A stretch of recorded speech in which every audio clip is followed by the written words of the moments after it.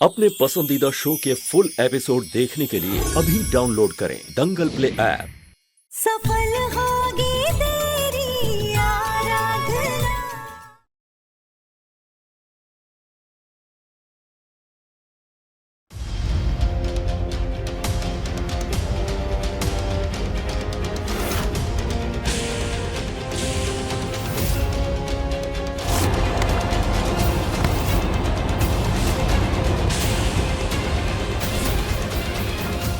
क्या देविका जी ही वो बहरूपिया थी?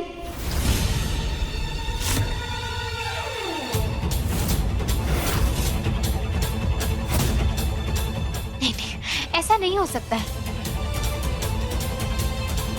लेकिन फिर वो एक सा निशान, देविका जी दामिनी जी बनकर इस घर में आएंगी ही क्यों? कि आज से मेरी जिंदगी की नई शुरुआत होगी, लेकिन तुम्हारी कहानी का होगा दी एंड। उस रात उस औरत की मौत सच में हुई थी या फिर वो भी एक छलावा था? दामिनी जी अब इस दुनिया में नहीं रहेंगे। लेकिन फिर एक लाश तो आई थी ना इस घर पर, वो किसकी थी? मुझे कुछ समझ में नहीं आ रहा है। दी, ऐसा नहीं हो सकता।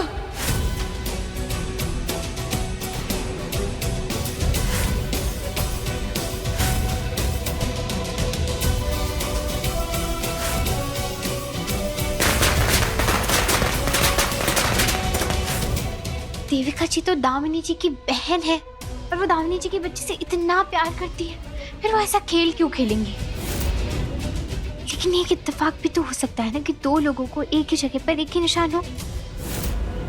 मैं साहब जी से बात कर, लेकिन क्या बोलूंगी उन्हें तो वैसे भी मेरी सारी बातें मनगढ़ंत कहानियां लगती हैं। मैं अपनी दामिनी को अच्छी तरह जानता हूँ, मैं उसे पहचानने में धोखा नहीं खा सकता। तो तुम झूठ बोल रही हो। वो डॉक्टर की बात बताई थी मैंने, उस पर तक उन्हें यकीन नहीं हुआ, फिर वो इस बात पर कैसे यकीन करेंगे जिस पर मुझे खुद ही यकीन नहीं हो रहा है? क्योंकि इस बात की ना तो कोई वजह है ना ही कोई सबूत है, और जब ये मुझे सिर्फ एक कहानी लग रही है तो फिर साहब जी भी तो वही बोलेंगे। अगर गलती से भी ये बात गलत निकली ना तो मैं साहब जी की नजरों में हमेशा के लिए झूठी साबित हो जाऊंगी और फिर वो कभी मेरी बात पर यकीन नहीं करेंगे।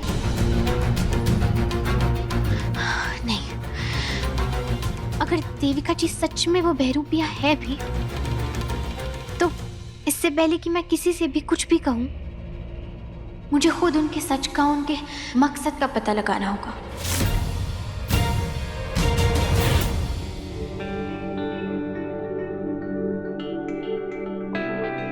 घाव ज्यादा गहरे नहीं है, जल्दी ठीक हो जाएंगे ये। थैंक यू डॉक्टर, इतने कम समय पे हमारे पास आने के लिए। Thank you. Thank you, please. Thank you. और ये तुम्हारे लिए। अरे एमडी। जरूरी है। ओके एमडी, इतनी रात को डॉक्टर को बुलाने की क्या जरूरत थी? जब मुझे चोटें लगी थी तो मैंने इग्नोर कर दिया था और मुझे बुखार हो गया था। मेरे घर में मेरी ही वजह से अगर तुम्हें कुछ नुकसान, चोट पहुंची या तुम्हारी तबीयत खराब हुई तो मैं मम्मी जी को क्या कहूंगा? और वैसे भी एक बेटी को तो मैं संभाल नहीं पाया, दूसरी बेटी को कुछ होने नहीं दे सकता मैं। देखो देविका, जब तक तुम यहां हो तुम मेरी जिम्मेदारी हो। मैंने एंटीबायोटिक्स लिख दी है, आप इन्हें टाइम से दे दीजिएगा। और डॉक्टर वो मैंने विनायक को भी दोबारा चेक कर लिया। Thank you. आइए कुछ ठीक है, मैं अभी आया।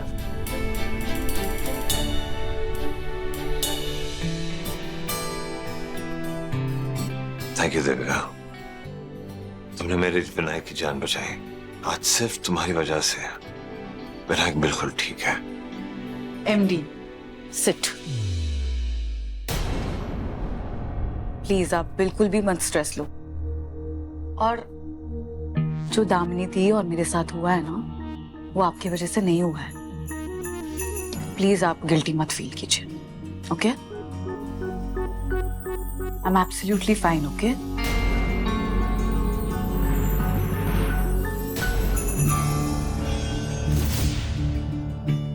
ये पूरी दुनिया का जो आप बोझ अपने कंधे पे उठाते हो ना, लगता है आपका नाम बहुत जल्द माधव से मसलमैन रखना पड़ेगा। तुम भी बिल्कुल दामिनी की तरह बातें करती हो। वो भी अक्सर ऐसे ही मजाक उड़ाया करती थी मेरा।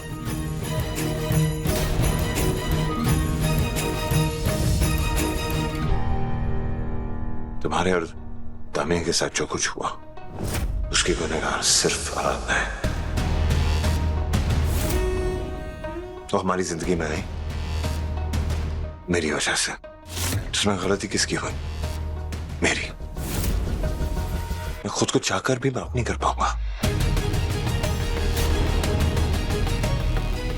थैंक गॉड कि तुमने सही टाइम पे दुनिया को बचा लिया।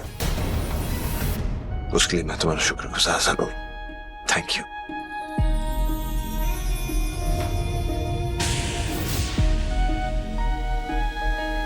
दुनिया सही कहती है, मासी मां जैसी।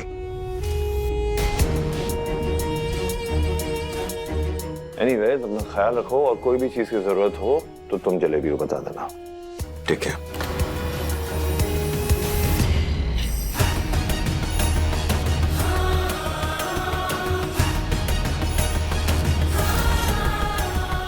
Thank you MD. क्या बात है, चलो।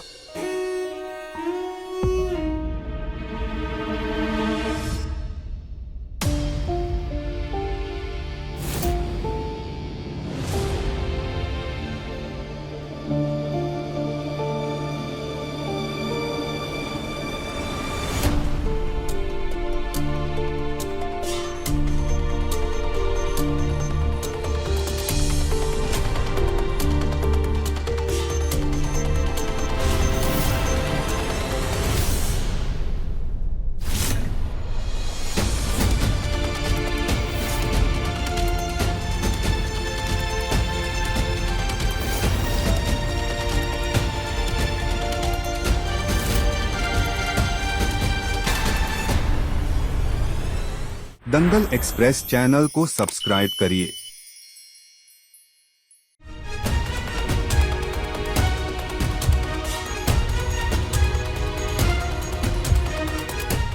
ये क्या था? सिर्फ जीजा साली का रिश्ता, या अपनी बहन के पति के लिए देविका जी के मन में सच में कोई गलत एहसास है? लेकिन मैं एक बात तो दावे से कह सकती हूँ, मैंने साहब जी और दामिनी जी की मूर्ति ही बनाई थी।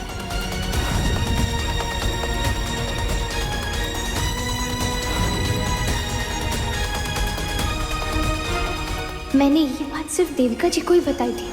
कहीं उन्होंने गलत इरादे से मूर्ति बदल तो नहीं दी? आराधना, तुमने मुझे बताया था, पर तुमने मुझे मूर्ति नहीं दिखाई थी। जब मैं मूर्ति देखने वाली थी तो तुमने उसे पेपर से ढक दिया था। तुमने कहा था कि एमडी सबसे पहले ये मूर्ति देखेंगे। तभी उन्होंने झूठ बोला था।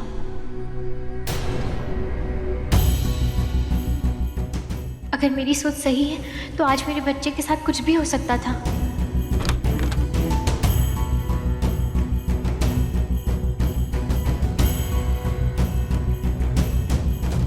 मुझे अच्छे से याद है, मैंने विनायक के कमरे में कपड़े का थैला ही रखा था।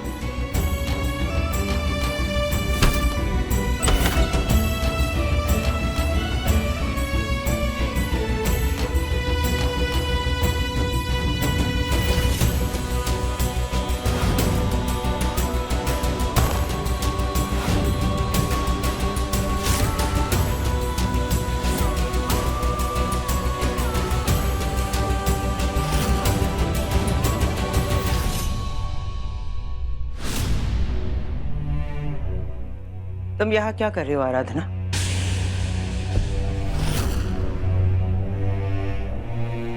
मैडम, वो मैं यहाँ चीजें याद करने की कोशिश कर रही थी और मुझे बहुत ही अच्छे से याद है कि मैंने पटाखों की थैली यहीं रखी थी।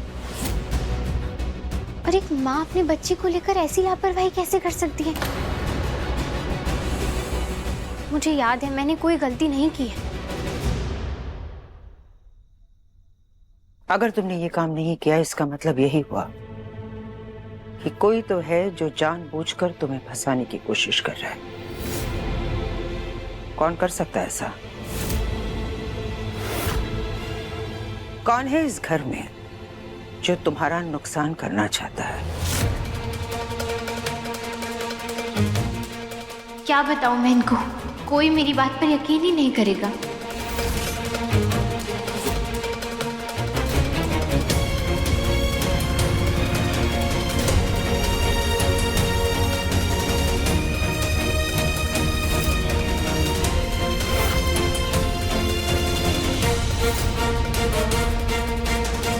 आज साहब जी के कमरे में देविका जी को जैसे देखा, उससे तो मुझे देविका जी पर ही शक है।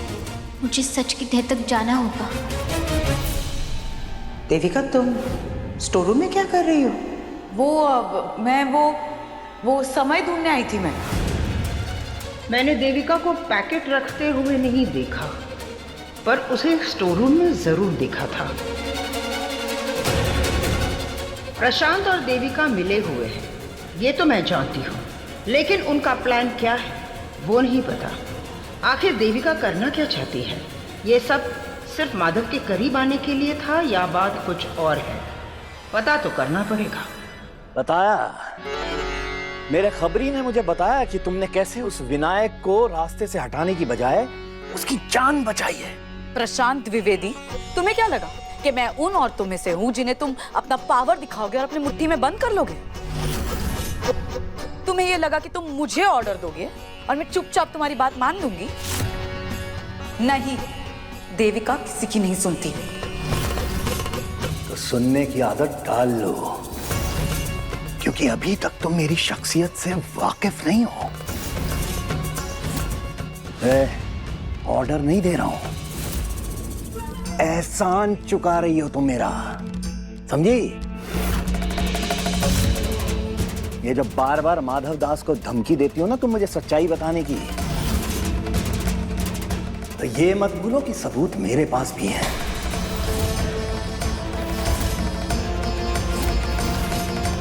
उस लाश को ठिकाने मैंने ही लगाया है, और जिस दिन पुलिस उस लाश तक पहुंच गई ना, उनको मर्डर वेपन भी मिलेगा जिस पर तुम्हारे फिंगरप्रिंट्स हैं, जिसकी मदद से पुलिस को तुम तक पहुंचने में भी देर नहीं लगेगी।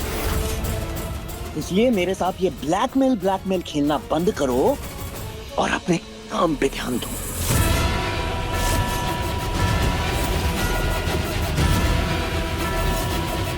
अरे तो मैंने कब कहा कि मैं अपना काम नहीं करूंगी? करूंगी ना अपना काम पूरा।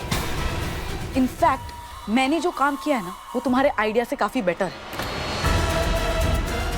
दामिनी की मौत के बाद ना एमडी सिर्फ आराधना से नफरत करते थे, और जो मैंने उनके लिए किया है ना, उनके इकलौते बेटे को बचाकर, उसके बाद तो ना वो मुझ पर इतना यकीन करते हैं, इतना यकीन कि विनायक की माँ का दर्जा दिया है उन्होंने मुझे।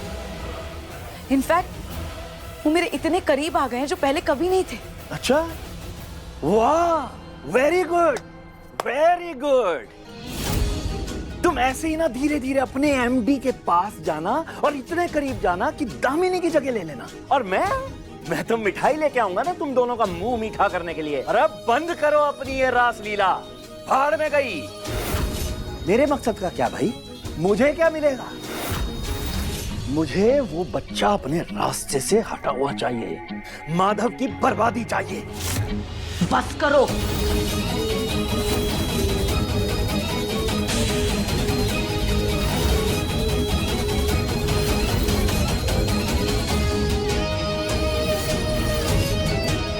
एमडी मेरे हैं, और मेरे होते हुए ना उन्हें कोई नुकसान नहीं पहुंचा सकता, समझे तुम?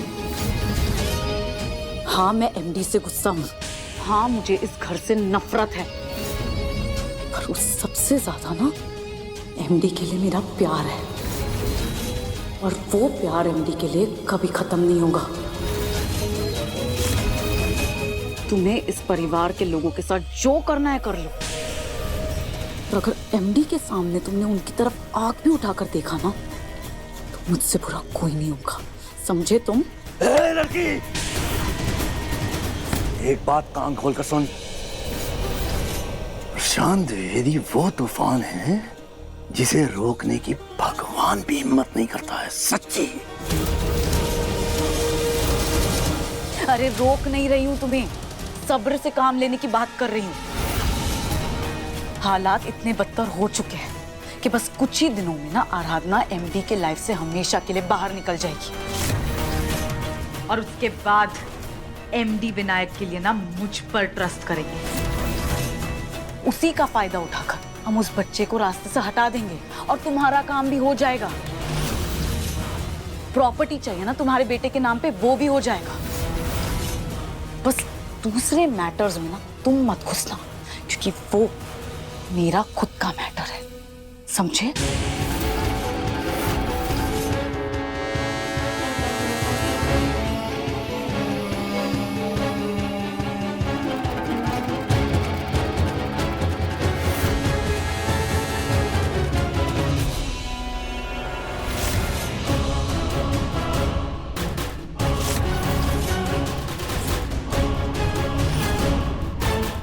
तुमने दिखा दिया कि तुम क्या हो देवता, लेकिन मैं कौन हूं और क्या कर सकता हूं इसका तुम्हें अभी अंदाजा भी नहीं। माधव से उसका बेटा तो छीनूंगा ही, बल्कि उसका ऐसा दिल तोड़ूंगा, इतनी गहरी चोट दूंगा उसे कि अगले 7 जन्मों तक वो खुद को संभाल नहीं पाएगा।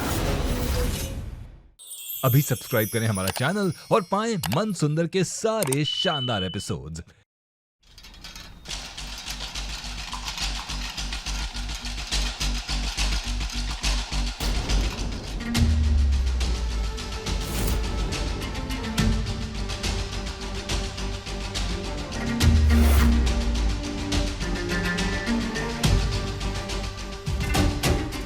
भैया, देविका जी कहीं दिख नहीं रही। घर पर नहीं है क्या वो? वो तो सुबह सुबह ही घर से बाहर चली गई थी।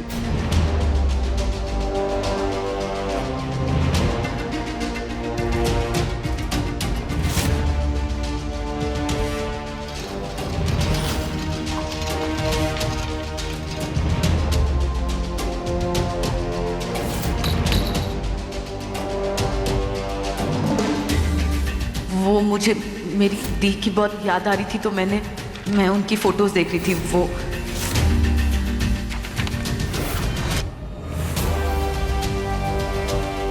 उस दिन भी देविका जी अजीब बर्ताव कर रही थी। जिस तरह उन्होंने फोटो उठाकर संदूक में रख दी थी, कुछ तो ऐसा था जो वो किसी को दिखाना नहीं चाहती थी। मुझे वो संदूक देखना होगा।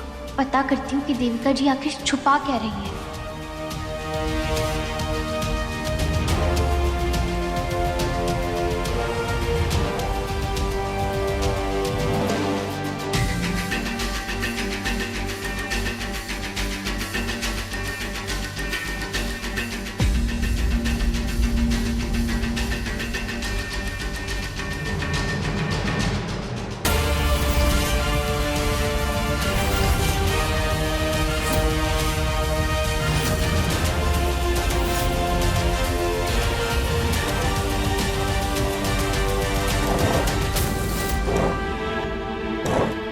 मेरे कमरे में क्या कर रही हो?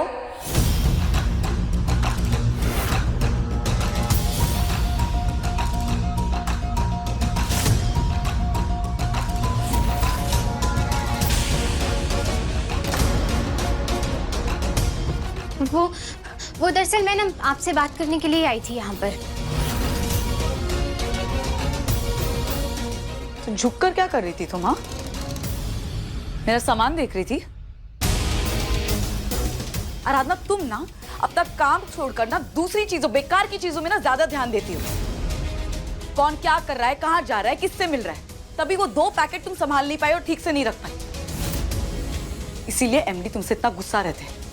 तुम ना इसी के लायक हो।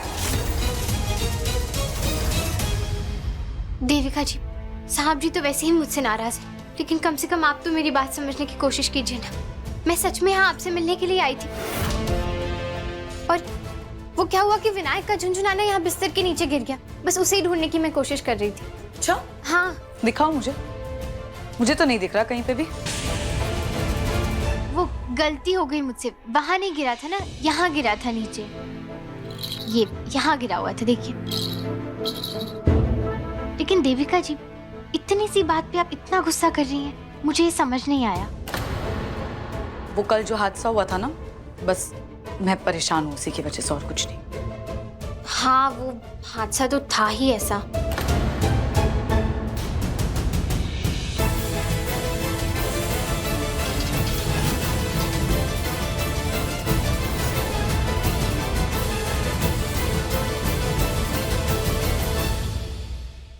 देविका जी, वो मैं यहाँ आपसे कुछ बात करने के लिए आई थी और देखिए मैं ऐसे ही बिना बात किए जा रही हूँ यहाँ से।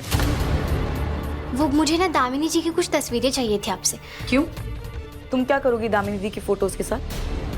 अब देखिए ना, वो साहब जी को मूर्ति बनाकर तो दे नहीं पाई मैं, इसलिए मैंने सोचा कि दामिनी जी और उनकी तस्वीरों से ही कुछ बनाकर दे देती हूँ। साहब जी तो वैसे भी मुझे तस्वीरें देने से रहे, इसलिए मैं आपसे मांग रही हूँ। देखो आराधना, कोई फायदा नहीं है ये सब करके, ठीक है? एमडी फिर से गुस्सा हो जाएगा, तुम रहने दो। अरे उनके गुस्से की तो आदत है मुझे, लेकिन मैं इतना जरूर जानती हूँ कि दामिनी जी की तस्वीरें अपने पास देखकर ना वो खुश जरूर होंगे। हाँ, वो बात अलग है, अगर आप ही नहीं देना चाह रही तो फिर ठीक है। नहीं नहीं, ऐसी कोई बात नहीं है, मैं दे दूंगी तुम्हें फोटोज। तो फिर अभी दे दीजिए ना। अभी चाहिए तुम्हें? हाँ, क्योंकि वो संदूक में रखी है ना, मेरे सामने रखी थी आपने, बस उसमें से कुछ 10-12 फोटोज ही चाहिए मुझे।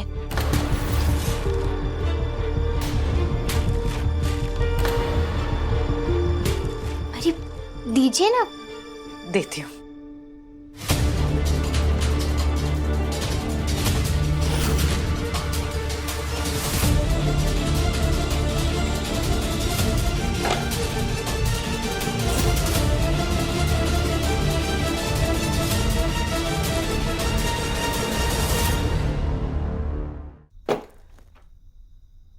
दे दीजिए। देती हूँ।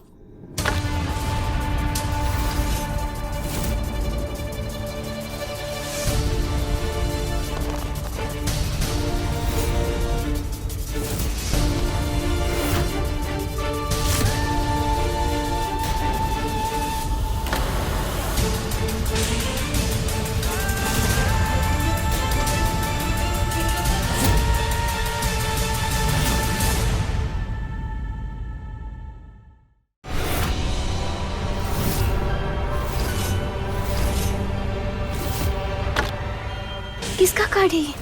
इसे ऐसे संदूक में छुपा के क्यों रखा था देविका जी ने? इस कार्ड को देखकर लग रहा है कि शायद ये किसी मुखौटे की दुकान का कार्ड हो। कल इस नंबर पे फोन करके पता करती हूँ।